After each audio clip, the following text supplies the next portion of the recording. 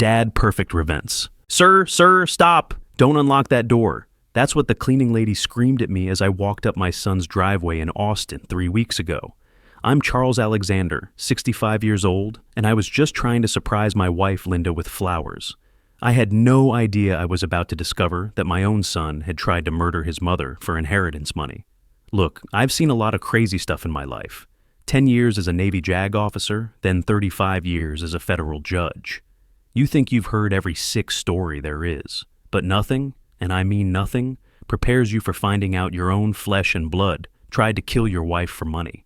The drive from Scottsdale should have taken 5 hours. I made it in 4, breaking every speed limit on E10. Linda hadn't answered her phone in 4 days. 4 whole days of silence from a woman who texted me good morning every single day for 38 years of marriage. I kept telling myself there had to be an explanation. Maybe her phone died. Maybe she got caught up, helping Anthony and Jessica settle into their new house. Maybe the Texas heat had gotten to her. Hell, maybe she was just having so much fun with the grandkids she forgot to call. Simple explanations existed. They had to. But deep down, something felt wrong. You know that gut feeling? After 45 years dealing with criminals and liars, you develop a sixth sense about these things. And my gut was screaming that something was off.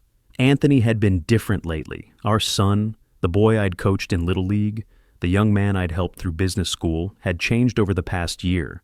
Every phone call eventually circled back to money. The startup wasn't working out. Jessica's marketing consulting wasn't bringing in enough clients. They were thinking about refinancing, but the rates were terrible. Credit card bills were piling up. And then 3 months ago, the question that made my stomach turn. Dad, have you and Mom updated your estate plan recently? You know, with property values. Going up, it might be worth reviewing. I'd mentioned it to Linda that night. She was reading in bed, glasses perched on her nose, completely relaxed.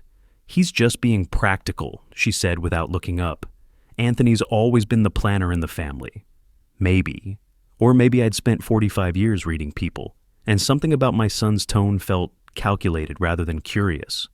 When you've sat on the bench for 35 years, you learn to spot when someone's fishing for information. The GPS announced I'd arrived.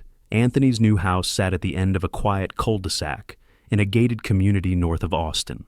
Modern farmhouse style, perfectly manicured lawn, 3-car garage. The kind of house that looked impressive from the outside, but probably came with a mortgage that kept you awake at night, especially for a guy whose tech startup had crashed and burned 6 months earlier. I parked at the curb and stepped out into the humid Texas heat. Must have been 95 degrees, and it was only 10 in the morning. The front yard looked immaculate. No newspapers on the driveway, nothing out of place. Too perfect, actually.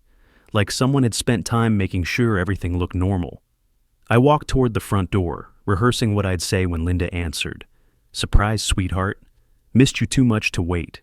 I had a dozen yellow roses in my hand, her favorites. Figured I'd take her out to lunch, maybe do some shopping, spend a couple of days just enjoying being together. That's when I heard the shouting. Sir, stop. A Hispanic woman was running across the neighbor's lawn, waving her arms frantically. Maybe 50, wearing a cleaning uniform with some company logo I couldn't read. She was out of breath, eyes wide with something that looked like pure terror. Are you the husband? Linda's husband? The question stopped me cold.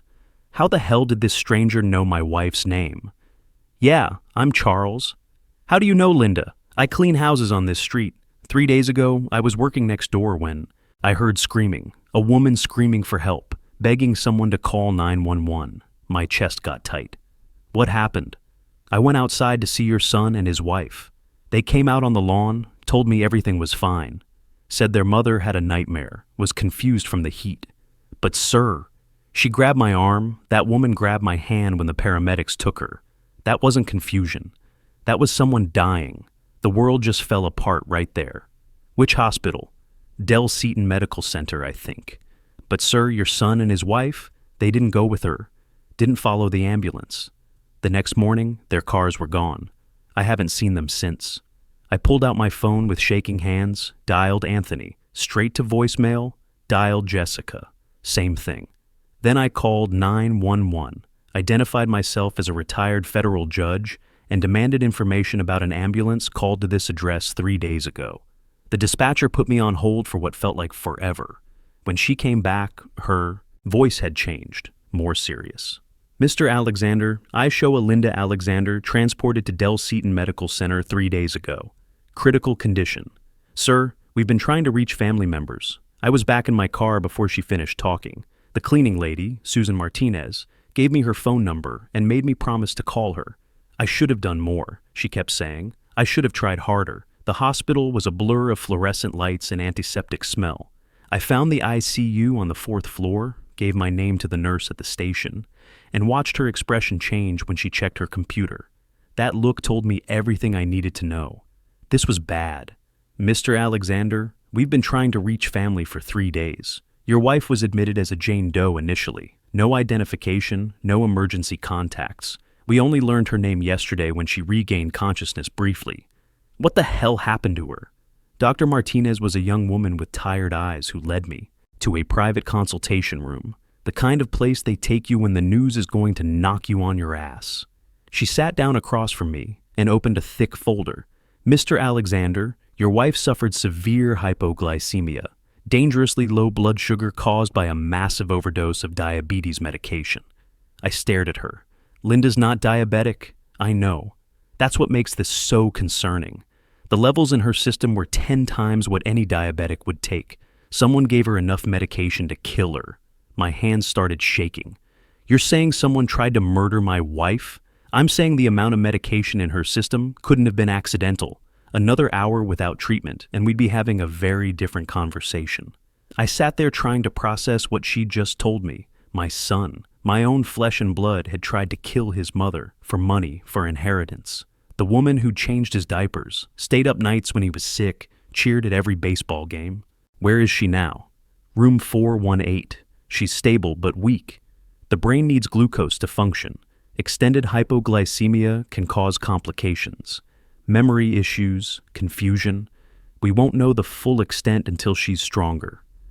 I found Linda in a dim room filled with beeping machines.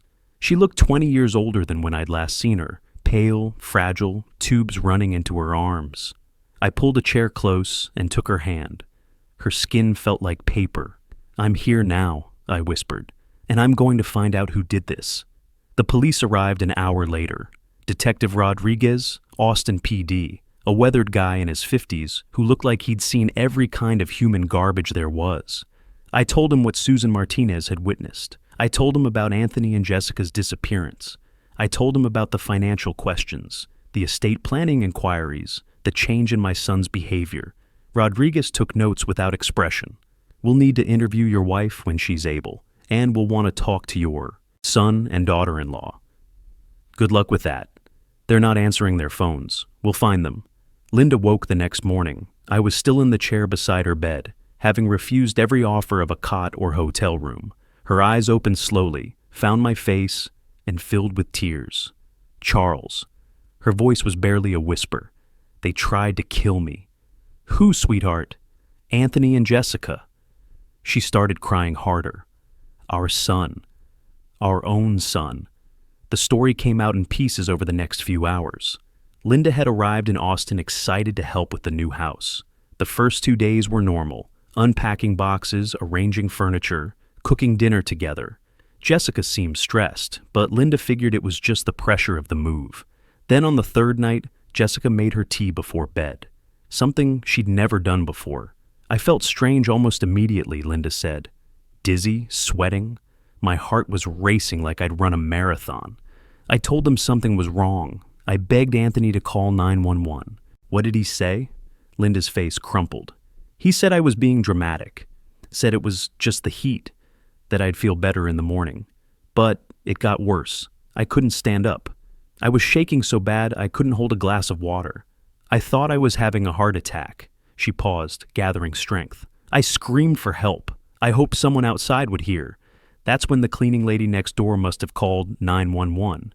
Anthony and Jessica went outside to talk to her. Came back saying everything was handled. No ambulance was coming, but the paramedics showed up anyway. Thank God for that woman. Anthony and Jessica, they stood in the doorway and watched the paramedics take me. They didn't say goodbye. They didn't follow. Charles, our son watched strangers carry me away and did nothing. Detective Rodriguez recorded her statement that afternoon. The evidence was building. Linda's toxicology showing massive medication levels, Susan's witness account, Anthony and Jessica's disappearance. But Rodriguez warned me this would be complicated. Without proof they administered the medication, a defense attorney could argue your wife took it herself. Accidentally or intentionally, we need more. That's when I decided to use everything I knew from 45 years in the military and legal system. If the police couldn't get the evidence they needed, I'd damn well get it myself. My first call was to Richard Coleman, a private investigator I'd worked with during complex financial crimes cases. Richard had a talent for finding what people tried to hide. He specialized in digital forensics, financial trails, the kind of work that built bulletproof cases. Anthony Alexander, I told him, my son. I need everything. Finances, debts, recent transactions, anything that shows motive. And I need it fast. Charles, I'm sorry to hear about Linda. Give me 48 hours. Richard called back 2 days later with a report that made me sick to my stomach. Anthony owed money everywhere. Credit cards maxed at $85,000. A second mortgage on their previous house that they'd never disclosed to us. And the cryptocurrency investments that were supposed to make them rich? Complete disaster. They'd lost $180,000 in crypto gambling over the past 6 months. There's more, Richard said. 3 weeks before your wife's visit, Jessica called your estate attorney, asked hypothetical questions about inheritance timelines, what happens when someone dies, whether adult children inherit automatically. The attorney thought it was strange, but answered her questions. I hung up and sat in silence for a long time. My son had planned this, researched it, calculated exactly what Linda's death would mean financially. Our estate was worth just over $1.8 million, enough to wipe out their debts and start fresh, enough to kill for, apparently. Anthony and Jessica resurfaced 4 days later. They'd been in Denver, they claimed, at some cryptocurrency conference.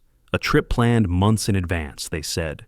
They expressed shock and concern about Linda's condition. Insisted they'd had no idea how serious it was. Said they'd been just about to call 911 when the ambulance arrived unexpectedly. Detective Rodriguez brought them in for questioning the next day. I wasn't allowed to observe, but he briefed me afterward over coffee at the hospital cafeteria. Their alibis line up perfectly.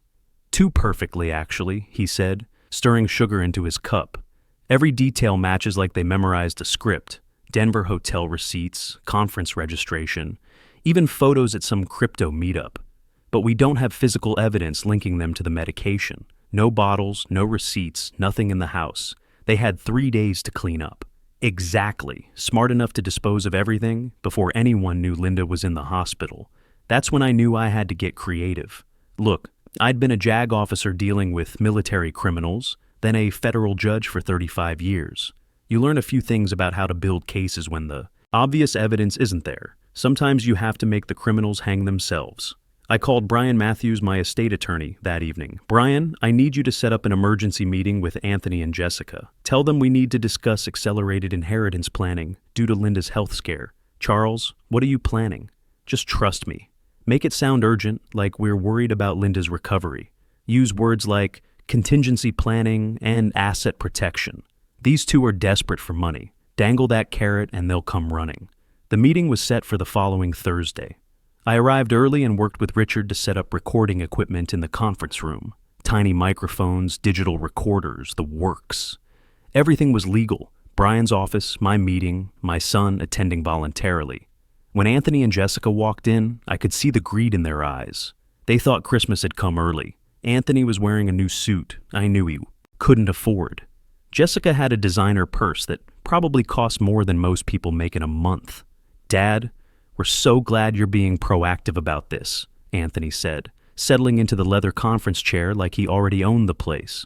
With Mom's health issues, it just makes sense to get everything organized.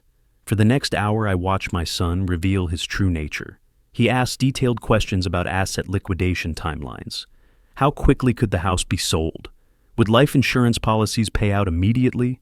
How long did probate take in Arizona? Jessica took notes like she was planning a hostile business takeover.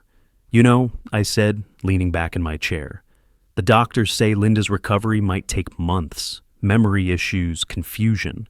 She might never be completely herself again. That's so sad, Jessica said, not looking sad at all. But at least she's alive, right? Yeah, barely.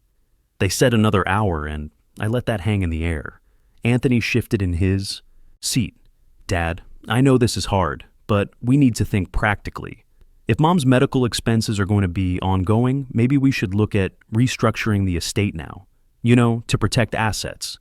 Restructuring how? Well, if you transferred some assets to us now, it could help with tax planning. And if something happened to you suddenly, everything would be protected. There it was. The first crack in their facade. Something like, what happened to Mom, you mean? Dad, what are you saying? Anthony's voice got a little higher. I'm saying I've been thinking a lot about that night. Linda's doctors say someone had to give her those medications. Someone who knew exactly how much would be dangerous, but not immediately fatal. Jessica's pen stopped moving. Anthony went pale. The interesting thing, I continued, is that the medication levels were perfect. Just enough to cause serious hypoglycemia, but not so much that death would be immediate, almost like someone researched the exact dosage. Dad, you're scaring us, Jessica said. What are you implying? I'm not implying anything. I'm stating facts. Someone poisoned my wife. Someone with access to her food and drinks. Someone who knew she'd be alone and vulnerable. Anthony stood up suddenly. This is crazy talk. Mom must have taken something by accident. She's been forgetful lately. Forgetful enough to accidentally take diabetes medication she's never been prescribed? Forgetful enough to take exactly the right amount to nearly kill her? We should go, Jessica said, grabbing her purse. Sit down, I said, my voice carrying the authority of 35 years on the bench. We're not finished. They sat. Old habits die hard, I guess. Even attempted murderers respect their elders sometimes. Here's what I think happened, I said. I think you two are drowning in debt. Cryptocurrency losses, credit card bills, a house you can't afford. I think you looked at Linda and me as your golden ticket out of financial trouble. Anthony's hands were shaking now. You can't prove any of this, can I? Richard Coleman has been very thorough. $85,000 in credit card debt. $180,000 in crypto gambling losses. Second mortgage you never told us about. And then there's Jessica's phone call to my estate attorney 3 weeks ago, asking about inheritance procedures. Jessica's face went white. That was just hypothetical questions. Was it? Because it sounds like research to me. Research into how to collect inheritance money as quickly as possible. The room was dead silent except for the air conditioning humming. Anthony and Jessica looked at each other, having some kind of silent conversation. Finally, Anthony broke. Maybe it was the stress, maybe it was guilt, but something inside him cracked wide open. We were desperate, Dad. The debts, the pressure from the lenders. We thought if something happened to Mom naturally, you'd understand. You'd help us start over. Naturally? I kept my voice level, professional. There was nothing natural about poisoning her tea with diabetes medication. It wasn't supposed to be fatal, Jessica burst out. We researched the dosage online. It was supposed to just make her sick, maybe cause some confusion. We thought it would look like early dementia or something.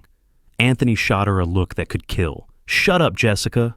But she was in full panic mode now. We never meant for her to almost die. When she started shaking and sweating, we got scared. We didn't know what to do. So, you decided to let her die, I said quietly. No. We were going to call 911. We were scared. And then, that cleaning lady called anyway, so we figured everything would work out. Anthony put his head in his hands. Dad, I'm so sorry. I never wanted to hurt Mom. I love her. I love both of you. We just didn't know what else to do. I left that meeting and drove straight to the FBI field office in Austin. Financial crimes involving interstate activity, especially targeting elderly victims, fell under federal jurisdiction. Plus, I knew these guys. After 35 years as a federal judge, you build relationships with law enforcement. Agent Sarah Torres listened to the recordings and reviewed Richard's financial investigation. Her face got grimmer with each piece of evidence. Mr. Alexander, this is one of the clearest cases of elder financial abuse and attempted murder we've seen. The recorded confessions are gold. We'll coordinate with local police for the arrests. How long before you move? Tomorrow morning? We don't want to give them time to run again. They were taken into custody the next morning at 6 a.m. I watched the news coverage from Linda's hospital room. She'd been moved to rehabilitation by then, slowly regaining her strength. Anthony and Jessica in handcuffs, being led into the federal courthouse. Their faces on every local news station. The evidence was overwhelming. The recordings, the financial records, the browser history. Richard had recovered showing searches for diabetes medication overdose and how much insulin to cause hypoglycemia. Even their health insurance records showed Jessica had requested extra diabetes supplies for a diabetic family member 2 weeks before Linda's visit. The prosecution offered Jessica a plea deal, but she refused initially. Anthony hired Barbara Phillips, a defense attorney famous for media manipulation. Within days, Phillips had transformed the narrative on local news. Suddenly, Anthony and Jessica were victims of an overbearing father who couldn't accept that his wife had psychological issues. Phillips started giving interviews. Linda Alexander has struggled with depression for years, she claimed. The family has been in denial about her mental health. This is a tragic case of elder confusion, not attempted murder. But this time, I was ready. I'd spent 45 years in legal warfare, and I wasn't about to let some slick attorney rewrite the truth. I held my own press conference with Brian Matthews. My son and daughter-in-law confessed to poisoning my wife, I said directly into the cameras. We have recordings of their admissions. We have evidence of their financial research into inheritance procedures. This isn't about mental health. This is about greed. The trial took 3 months, federal court, so everything was by the book. Jessica eventually took a plea deal when she realized the recordings were admissible. 12 years in federal prison in exchange for testifying against Anthony. Anthony's trial was a different story. Phillips tried everything, claimed Linda had been suicidal, argued that Anthony was just trying to help his mother end her suffering, even suggested that I had somehow coerced the confession. But the jury wasn't buying it. 12 people, mostly middle-aged and older, looked at the evidence and saw exactly what it was. A greedy son and daughter-in-law who tried to kill an innocent woman for money. The recorded confession was played in court. Anthony's voice, clear as day, admitting they'd poisoned Linda.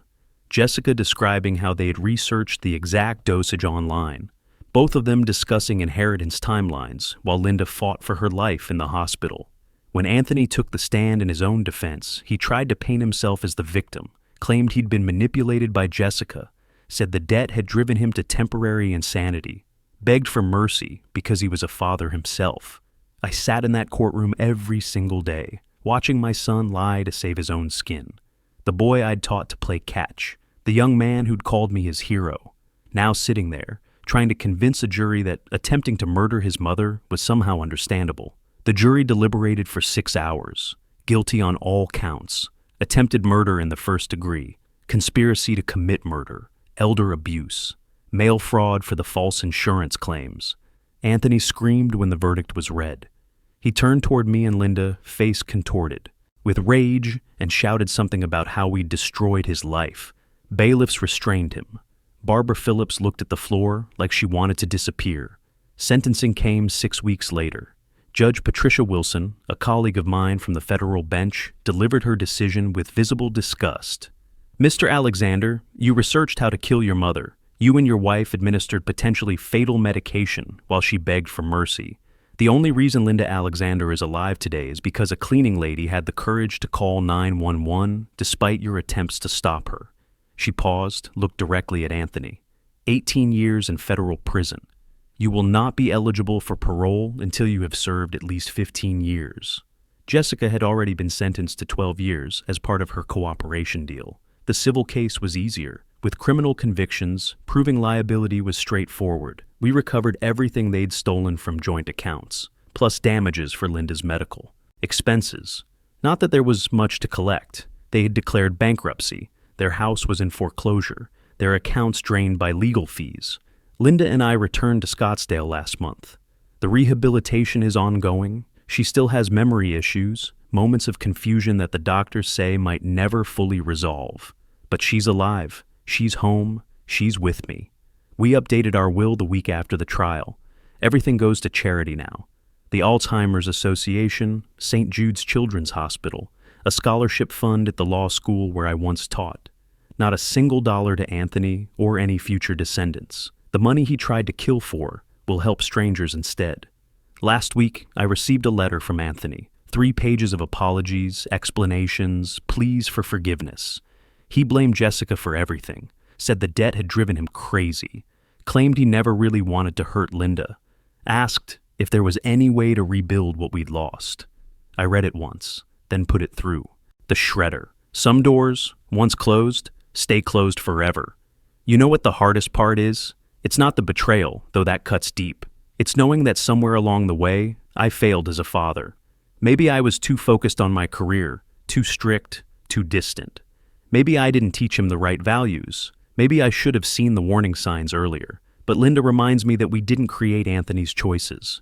We gave him love, support, education, opportunities. What he did with those gifts was up to him. And what he chose was greed over family, money over morality, selfishness over love. Susan Martinez, the cleaning lady who saved Linda's life, comes to dinner once a month now. She won't accept any more money from us, but she'll accept friendship. Sometimes heroes come in unexpected packages. If you learned anything from our story, let it be this. Pay attention to the warning signs. When family members start asking about inheritance, when there are financial problems, become your emergency when they show up at your door with sudden interest in your estate planning, be careful. Not everyone who shares your blood shares your values. And if you ever find yourself in a situation like ours, don't hesitate to fight back. Use every tool at your disposal. Protect the people you love, even if it means destroying the people who've betrayed you. Some battles are worth fighting, no matter the cost. Trust is earned daily, not inherited through blood.